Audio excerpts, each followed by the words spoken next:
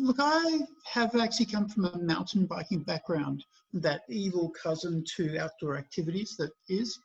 I guess my background in general, I've worked in the mountain biking or bicycling industry for 25 years. I established a group called Trail Care while we were in Sydney to do the link between land managers and land users. In this case, it was mountain bikers, because we found a lot of trails were being closed down, and we recognized the importance that if we didn't have trails, then we wouldn't have an industry.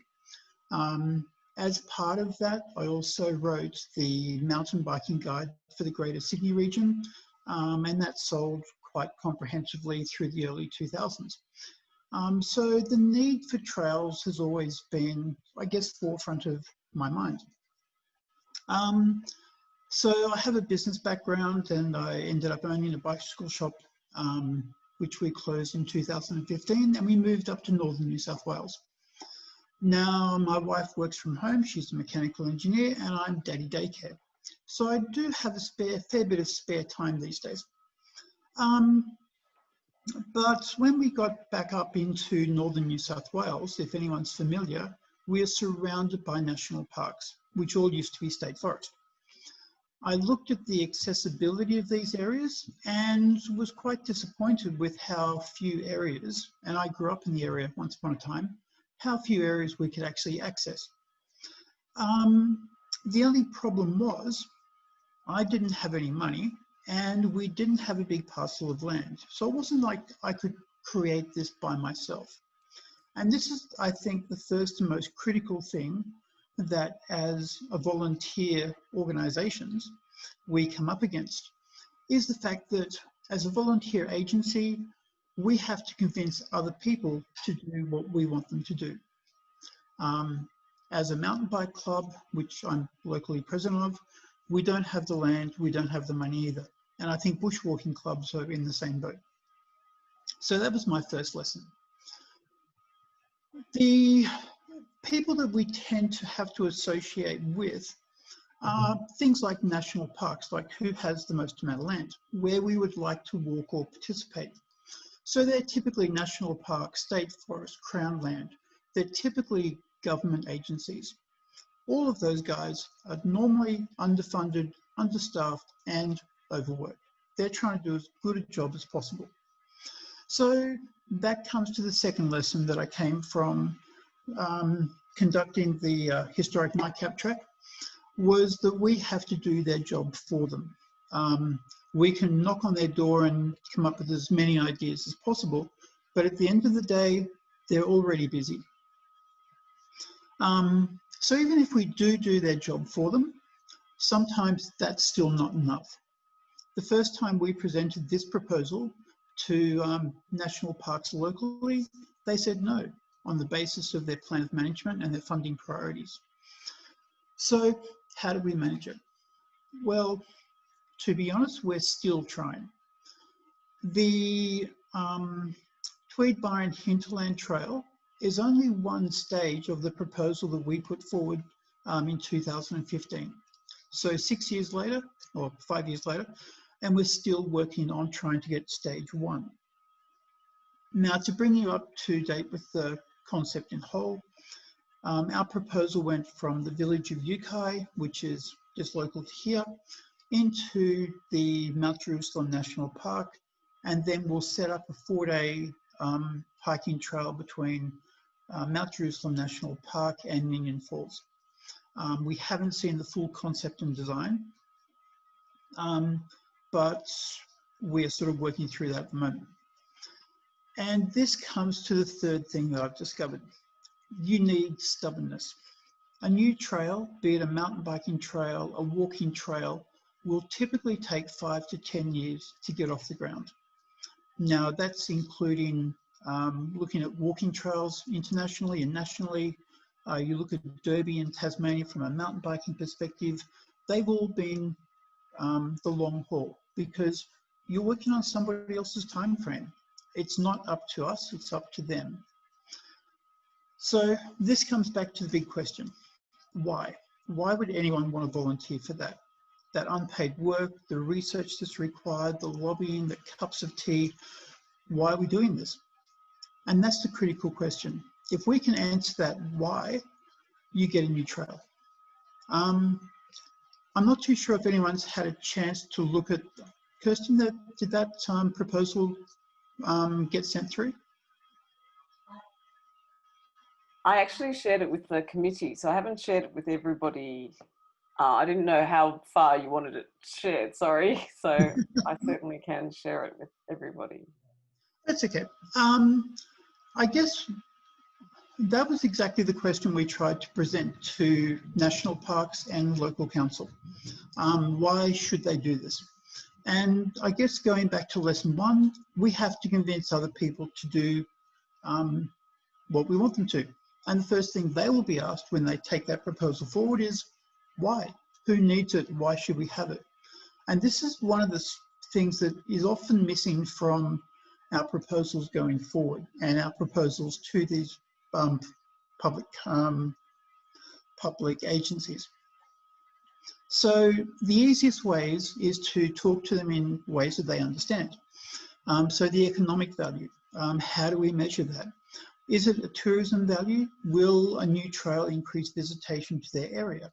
What is it that is important to them? So we need to find out, how do we measure it? How much do visitors spend in that area or in your area? We can also measure it by health benefit. And I've chatted to Kirsten already about the valuation on how much a particular trail is worth if people are walking on it. But we can start to frame the need and the alignment as into what is the need for these trails and what's the positive outcome that's going to come along with it. And what is the strategic alignment? And this was another key one that we found. In our local area, we have Mount Wollumbin, or Wollumbin Mountain, which is going under visitation stress, and we have very few other options. So that was one of the key alignment strategies by pushing this forward. So we framed it by both we weren't really a club, but both our community alignment and the stakeholder strategy. Now, we were talking to council and to national parks. We spoke to Lands and Aboriginal Services, Northern Rivers Development Council, Northern Rivers Tourism Council. So it was important to find how our vision fitted in with their strategy. How is something that we want to do going to solve their problem? And they all have problems. So by framing this, we gained an analysis of the current situation in the area. So was tourism increasing, decreasing? Was, how did it affect employment? How many people were coming in and spending money as a result of this? And we start to frame the reasoning and something to show the need for that proposal. Yeah, was it going to increase community health?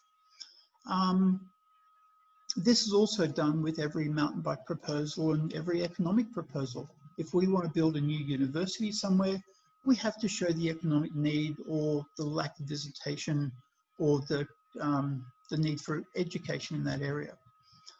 So by going back to that lesson 1 of having to convince others, why do we need that trail in the first place? We also followed any big proposal that goes over $5 million, and the Tweed Byron Hinterland Trail has received $7.4 million for national parks only. Most of those proposals need a preliminary business case, which is how we framed our document. I'll send out the notes to this after to Kirsten, and that has a link to the New South Wales Treasury business case guidelines. And that's actually a really good overview as to how you frame the argument as to why you would need something. So once you've sort of laid out the reasons why, we then needed the proof of concept. Does it align with, do our findings align with other things? So from a walking perspective, we looked at the Tasmanian examples like everyone is. We looked at New Zealand. We looked at other places in the country. And we also looked locally, what was the visitation rates in those areas. So if we managed to put in a 4 to 8 kilometre section of trail, how many people would be expected to visit it? And would actually people go to those areas? Like, what is the demand? We were lucky enough to have a big day demand, but very little overnight. So we could show that if we added another trail location, we would get more people staying overnight in the area, which was a big issue. And how did we measure all of these? We took it back to a tourism side. So all of this economic data required some modelling to go with it. And so we had collated the tourism information, how many visitors we already had, what the average spend was that they had per night, and if they stayed overnight versus day visitors. We then did a prediction based on how many visitations we saw in Byron Bay and other areas. And we used, and we also had to figure out exactly how much the trail was going to cost to implement. To give you an idea, National Parks runs at $70 per metre of trail construction cost. So if you're trying to do 10 kilometres of trail, that's $70,000 fairly quickly. $700,000 fairly quickly. So by doing that modelling, we figured out the potential return. Now that return was measured not in someone's going to come and pay $5 to visit the trail. That return was measured in people are going to spend this amount of money in tourism dollars. We also looked at the health benefit, which is $1.10 per kilometre. Sorry, $1.10 per metre of trail. So if you've built a kilometre of trail, you can effectively get a health benefit for every kilometre walked by person. So we took all of those benefits, we took all of the costs, and you end up with a cost-benefit ratio. Now 1:1 or 1:6 is best. Unfortunately, ours came out at 25:1. So if we put in $1, we would get 25 back. And Treasury looked at that as unrealistic. So we went sort of backwards and messed around and did a few other bits. So we had done our modelling, we did our situation analysis, we documented it all. Then what do? Well, that's when we had to get stubborn. In 2015, we presented to National Parks. They said no. In 2016 and 2017, we presented to local council on the only local council controlled portion. They also said no. They were worried about maintenance, they were worried about their alignment to the rail trail. So we started to look at where these guys might be getting their funding from. And we started to talk to North Coast Regional Development Council. Their feedback was to make it bigger, go back and make it needed to be at least $3 million because no one will make a novelty check for anything less than that, apparently. So we made our proposal in the $3 to $5 million mark. And we then took it to the then outgoing National MP, Thomas George, who was our local representative. And this was in 2018 by this stage. National Parks gave us a call 3 weeks later and went, love your proposal. We want to implement stage 2 as part of it, as part of the Tweed Byron Hinterland Trail. They flew up a week later and we started talking trail alignments. We'd been trying 4 years to get their attention and to get any traction. So again, why did it happen then? Maybe it was a legacy point of view. Maybe it was the need for re-election.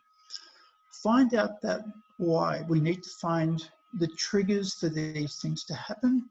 And sometimes timing is as important as the information we can present.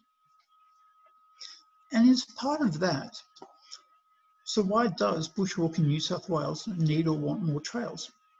Do new trails mean new members?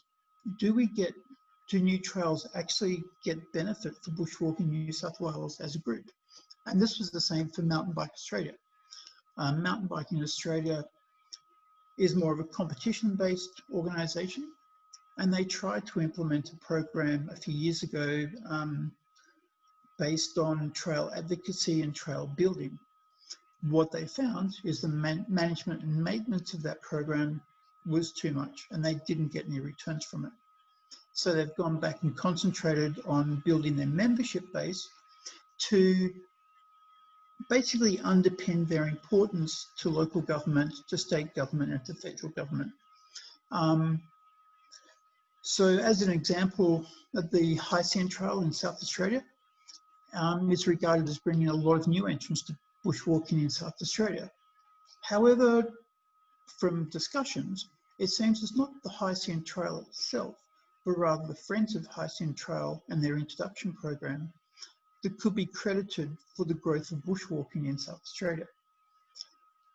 The more bushwalking New South Wales members you have, makes your organisation more valuable to the government and the local agencies. You develop more economic clout, political muscle, and can achieve, and support the program of getting new trails built. So I don't think it's an exclusive one or the other. It's definitely a hand-in-hand process. But the biggest outtake is we're 6 years into it and we're still trying to get stage 1 implemented. That was sort of the briefest overview I could give, because I know everyone probably wants to go home. But does anyone have any questions as to, I guess, how this program really came about and what the actual effects are? I couldn't have been. I'm interested in where did the $1.10 for health benefits, $1.10 per metre health benefits come from? Where was that? That's actually New South Wales Health. So actually, sorry, it's New South Wales Roads. So if New South Wales Roads builds a footpath, they actually put a value of that footpath as a $1.10 health benefit. Okay. And so if they have 1,000 people walking that particular section of, or particular metre, I'll have to go back and get the correct metric, then they can multiply that out, because it means that people aren't using their cars, it means that people are walking. I'm interested in New South Wales National Parks have forever totally and dramatically underestimated the cost of track construction. The $70 a metre is ridiculous. The latest track in Tasmania, the contract went out for that at $200 a metre. So if anybody thinks they can build a track for $70 a metre, I think they're just kidding themselves. Well, most of the mountain bike contractors in Australia do it for $30 to $35 a metre, but they're mostly machine built as well. So I think certainly the Three Peaks Trail and some of the other national parks ones are using a lot more hands. But essentially that's the costing for the Tweed Byron Hinterland Trail that they put forward. Okay, yeah, I'm interested. I've seen that number before and I've never been able to correlate it to anything. Well, their toilets are also fairly cheap, but yeah, if that gets them past a gateway review, then... Yeah, it gets the money. The second thing is, where did your tourism data come from? So your tourism values are all available on Destination New South Wales, and they basically get annual reports broken down. I wouldn't, although the accuracy of them is probably negligible, it's what they work with. So if you show their numbers, then we can feed back. So Destination New South Wales has New South Wales wide, then they break it down per area. So you can go in and see the Tweed Byron district, you can go and see Kyogle, which are our 2 local areas. Yeah, and there'd be numbers that Treasury would expect, would accept. Yes, mainly because they paid somebody a lot of money to find them. So. Yeah. Okay, thank you. I'll give Kirsten, when in the notes, I can give Kirsten the links to all of those different areas as well. And I think it would be worthwhile as a state or a national body to actually have almost a documentation of what bushwalking New South Wales value is to the state. And that Destination New South Wales has already done that in 2015. And I think I forwarded that through to Kirsten. I think she forwarded that through the committee, maybe. Yes, and I can share all of the information you shared with me by email with all the participants at tonight's meeting. So they can have all that tomorrow. And just to give you a bit of an introduction, Hugh, Bill Avery, who's asking the questions, is actually from the Walking Volunteers, and he's been doing a lot of work to get tracks built in the Sydney region. So I wonder if Sydney... Kirsten, that's not true. Oh, we have never asked anybody to construct any tracks, ever, and we will never will. Oh, okay. That's not what we do. We map existing tracks. I was curious because I've been involved. In fact, I was involved with the Northern Rivers Regional Council about 20 years ago with the Federation track, and that's why I was interested in the numbers. Cool, great. Were you involved with the Caldera circuit track as well? That was about 20 years ago. Was the Federation track the one that went around the Caldera rim? No, it went along the coast. Springwood. Sorry? No, it went along the coast. Okay, right. Yeah. My father was... It never happened, by the way. Well, there was another one that never happened, which went around the Caldera rim, which, yeah, my father was the president of the eco-tourism at the time, and they had the New South Wales Premier and everybody else up, and that was again a 200 kilometre or 150 kilometre walking trail that they were trying to implement. So unfortunately, these do continually come up and go down and come up and come down, and that's sort of that perseverance and stubbornness, which they're 10-year projects. You can ask your question. Hello? Yes. Okay, hi. So I just created Southern Highlands Women's Walk in August.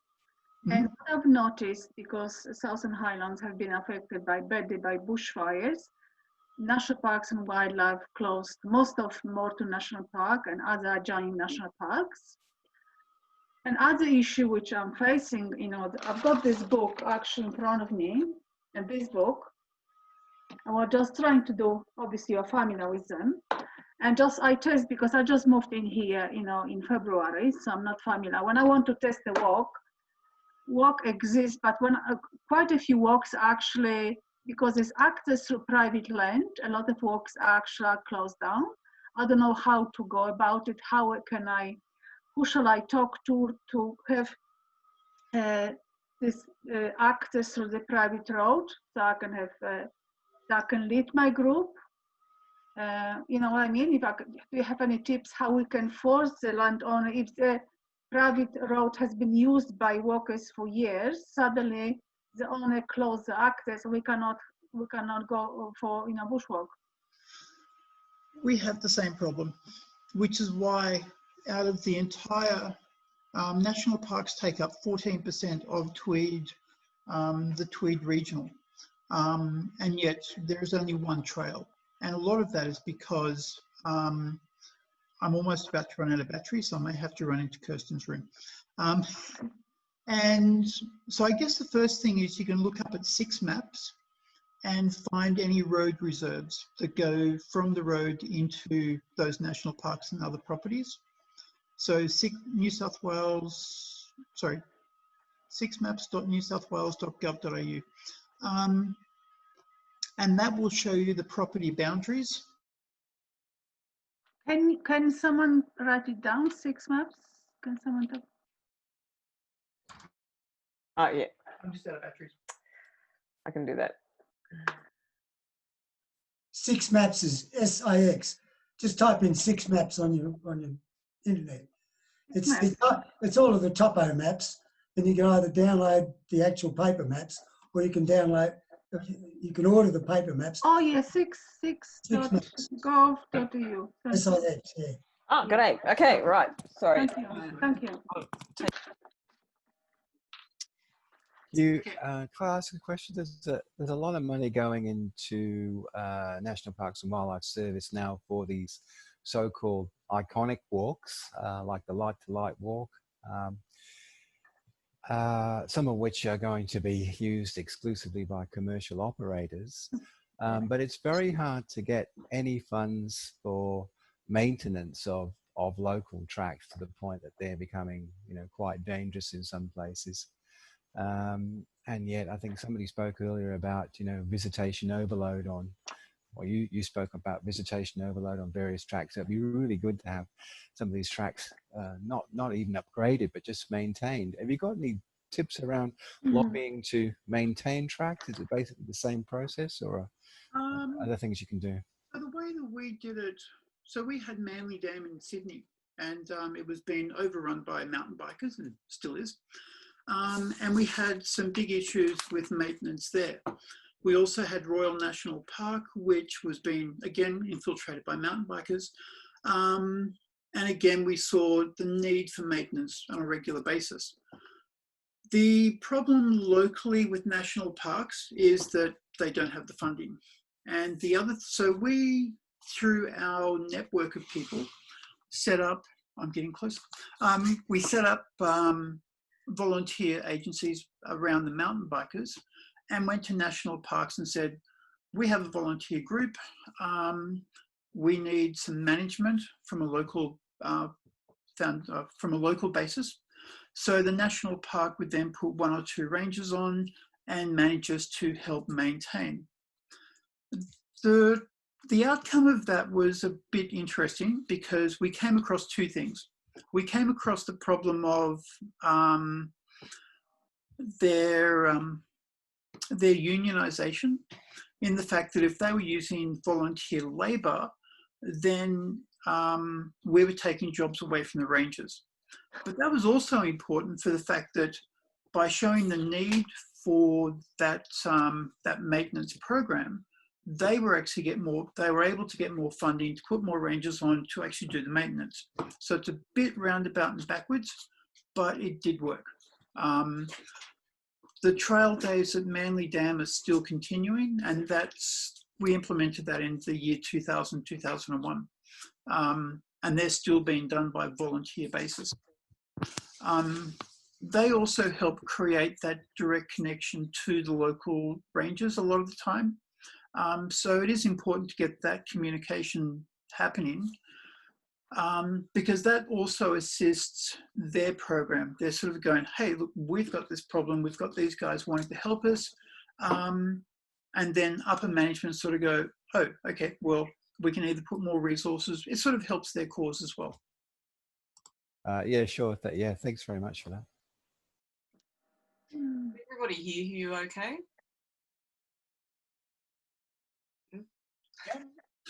And you're sitting right next to me. Can you hear me? No. No, was there a question, sorry? Yeah, I've got a question. David Bell here. What was the, did you have much interaction with Indigenous communities about proposals? And if you did, what was their reaction to what you were trying to do? The need to react with Indigenous communities actually came more pressure from council and everyone else. They saw that as an important stakeholder consultation. The interaction we had was with a group meeting of the local Indigenous Tweed Byron Indigenous Council. Their reaction to the trail was one that, and we put it to them that it should support their history, and should give them an opportunity to promote their value to the area. I grew up in the area 40 odd years ago, and I'd never even knew there was Indigenous people in the area historically. So that visibility has increased. Their feedback was that the trail was not going on crossing any particular fragile or sensitive sites. The trail line itself wasn't on the ridge line, it was actually off the ridge line. And the trail we're talking about rehabilitating is the original mail route that ran from the village of Moorlambar across to Lismore in 1874. So it has actually good historic significance. The trail also went along an original Aboriginal line. So the Aboriginal trackers showed them where to put it. So interestingly, the Lands and Aboriginal guys saw it as a positive and a way to bring light to their culture, or maybe that's the way we presented it. So overall positive. Yes, Martin from the Central Coast. Can you hear me? Yes, Martin, thank you. Yeah. We here at the Central Coast, we have a problem. There's certain Mount Kincumber, you may have heard that. Yes. Kincumber? Yes. Yeah. We're having a problem there with the mountain bikes. They're not just forming one track through, they're going all over the place and they're really ripping the place to pieces. The council we have already made submissions to the council. They're now going to get, I'm not quite sure the detail, but they're going to put it up for public opinion to see what they can do. At the moment, the bikers just building tracks themselves. They're making ramps for their own enjoyment, but they're ripping the place to pieces. I agree. And this is why we actually established trail care in because there needs to be a better management of trails in general, especially mountain bike trails. The unfortunate thing, so Kincumber is national park, or is that council controlled? Council reserve. So you've got Central Coast Mountain Bike in Lithgow. How central are you? Kincumber is Gosford, Wyong, but Kincumber is Gosford, near Gosford. So that would be Central Coast Mountain Bikers, which control the land in Lithgow, no, not Lithgow, Ourimbah State Forest as well. That could be, but yeah, that's the state forest. Unfortunately, what we have found, especially in the mountain biking scene, one trail gets put in and then people sort of take it as, oh, it's council land or it's crown land. And then someone goes and sort of sees that is legitimizes the trail in the area or trails in the area, and then goes through and builds another one, and another one gets built. And then all of a sudden, as you found, you have boardwalks and huge berms, and it's pretty impressive. They had the same problem in Narrabeen Lakes, which is part of the national park. And to be honest, I'm actually quite shocked at the level of digging and construction these guys are doing in such a short amount of time. Yeah. Council is limited to their controls, and sometimes maybe I would say the mountain bike club is one of the best ways to get some control of it. When we implemented management days at Manly Dam, we actually closed a number of the trails. And for our mountain bike park in Yukai, part of the agreement with Tweed Shire Council is that we actually have to put forward a proposal, and this happens in Rotorua as well, where you sort of have to put forward a proposal for a new trail for a committee, and then that sort of gets yes or no, and then they go and build it properly. That happens naturally on club-controlled areas because the club will control it and say yes or no to a new trail and typically knock it down or sort of remove it before it starts. For council-controlled areas, I would think that the best way is to, sort of get some management to it, and the local club would be the best way. And then they can start, because they're the sort of the conduit, I guess, to those members. But I agree with, the issue, and it's going to become worse as well. Yep. Thank you very much.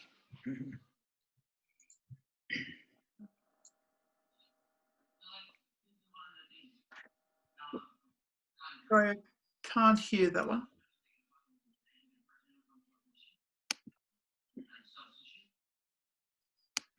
Kirsten's got about 3 screens going. Are there any more questions? So as it is getting to almost 9 o'clock, do you want to wrap up, Kirsten? Oh, okay.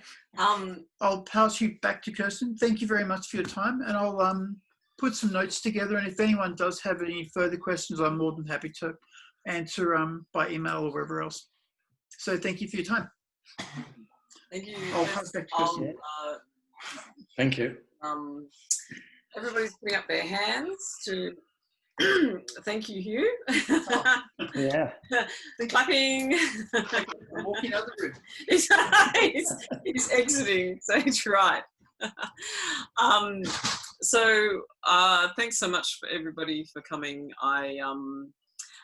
I really appreciated Hugh's enthusiasm. What I took away from the meeting I had with him when he presented all of this to me is how important it is for us to demonstrate to the federal government, to the government departments that are funding these tracks, how many bushwalkers are going to benefit and how many New South Welshmen will benefit. So the best thing we can do to enable these tracks to come about is to use them to get out there bushwalking, to attract more members to our clubs, and so that we can, when Bushwalking New South Wales goes to the government, we can say that we have this many people wanting to walk on these tracks and maintain their health and well-being, which will reduce the cost to the government of healthcare. Also, we all know that bushwalking reduces stress levels, which is a massive issue in our community. And so bushwalking provides health benefits at the mental and physical level. And so when we demonstrate a large number of members in our clubs and go to the government saying that we want to use these tracks, that will help us with our argument. So we want to help you attract more people to your clubs. I'm at the moment working on an upgrade to our website to try and encourage more people from the public to learn about your clubs and join your clubs, and also wanting to present ourselves well to government departments when they are in contact with us about tracks, so that we can encourage and attract funding to track work and more places for us all to enjoy. Does that make sense? Yes, certainly, because we're just discovering Macquarie Pass has been shut down. Bundanon overlooking Gorge land on a closed access. Most of Moreton National Park is closed down, and more walkers we're discovering in our area. I can email to you details if you can lobby on our behalf, because we're very restricted. It's frustrating. I open the book and I can't do it. It's closed, and just, they've closed Macquarie Pass just last week, I think. Yeah, David, would you like to talk to that at all, or? We need the British system of public access. This is what I need to investigate, because in England, if you have access over 12 years, and if that act, I think we've got that law we had it in Western Australia. If the access has been interrupted for less than 12 months, we can have rights. I know what I'm talking about. Yeah, I know. Yeah, look, what goes on in England isn't going to necessarily what applies here, because there's long-standing rights in England to do with rambling rights, and it's not necessarily applies here. Moreton is a particular problem as a national park, because even though there's actually a walking strategy for Moreton, it was done about 10, 15 years ago, unfortunately national parks haven't been able to keep it going as was originally intended. And there have been a number of closures of access points into Moreton. One of the reasons for that is sometimes what we might call Crown roads, which have historically given access to the park. Crown lands, what we used to call Crown Lands Office, often will sell those blocks of land to a private landholder. So that means the land becomes private land, and sometimes owners are happy for people to continue to access, but other times they're not, and they're actually just exercising a legal right. So part of the problem, and what we try and do this as much as possible, is when we become aware of these proposed changes to Crown reserves or Crown roads and whatever they are, to at least put a submission into the state government and say we object to this because it'll restrict access, and we do that quite a lot. But we don't find about all of them, and often they'll go ahead anyway, and it does depend on the private landholder. National parks don't have the funds necessarily to acquire these blocks of land, so that has been a history, and there's been a history of this in Moreton over the last 20 years. So yeah, it is a problem, and when we find out about things, we do our best to object to it. But yeah, Moreton in particular is a national park, which unfortunately has a history of this. We are in the process of writing through the national parks about one particular access point in Moreton, and hopefully we might have a bit more luck with lobbying to ensure that access is not further restricted. But anyway, that's all we can do at the moment. Yeah, thank you for explaining this. But but what I would like, if you could send us a list of the problems you're having in your area, okay, that would be very good. So we'll have a look at that. Yeah. And we can put something together and send it into national parks. That would be good. Yeah. Yeah. Yeah, because the more we do this, it will eventually. It's a bit like water dripping on a stone. It takes time, and I think Hugh mentioned about having patience. We just have to keep plugging away. Okay, thank you, David. Okay. Did anybody else have anything else to ask? So I think, I'm not sure if we still have Bill Boyd. Yes, I'm still here. I've been coming and going. Unfortunately, this link has not been brilliant, but I think I've worked out from every couple of words. It's quite remarkable. Look, I just wanted to wind up the meeting, thank everybody who's come along and those that have contributed to the conversations, and I'm quite sure the rest of us who've been listening with interest to the issues and matters that have been covered. I'd really like, on your behalf, to thank Hugh for his presentation this evening. It's been really interesting. I'm quite amazed at his patience and his persistence, and the work that he's obviously been driven to do is quite astonishing.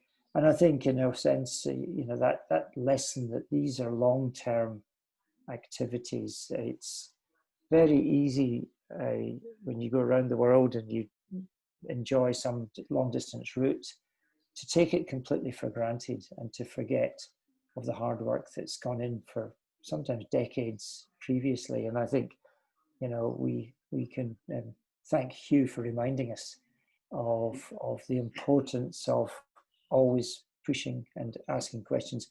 David's comment there, I'd reinforce, if you do have issues, do let us know. Because the more voices that speak up, there is a chance that sometimes things will change. And one of the things that struck me many years ago when I saw the submissions to a local council, exactly the paper road issue, closure, how many outdoor groups there were with quite divergent interests, all concerned about the same thing. So, don't speak up in your own bubble, but, do let us do those opportunities if you are the sort of person who has connections with local councils, with national parks, to just ask the questions. We've heard earlier of situations where the kind of actions that citizens like ourselves can take can support national parks. They're not the enemies, they're just doing a job on inadequate resources, in my view. But we can be there to help them. So there's a lot to take away. I'm sure each one of you will take away different ideas, different little gems of wisdom. I hope you're not all as exhausted in hearing of the efforts that have to go into it, but maybe inspired to contribute something in some way to the betterment of our state for bushwalking. So I think with that, I'd like to thank you all and formally close the meeting, the general meeting. Thank you all for turning out and for being here with us for the last couple of hours. The most important job of refreshing our constitution, and then the enjoyable job of listening to Hugh inspire us to bigger and better things. So thank you, everybody, and thank you,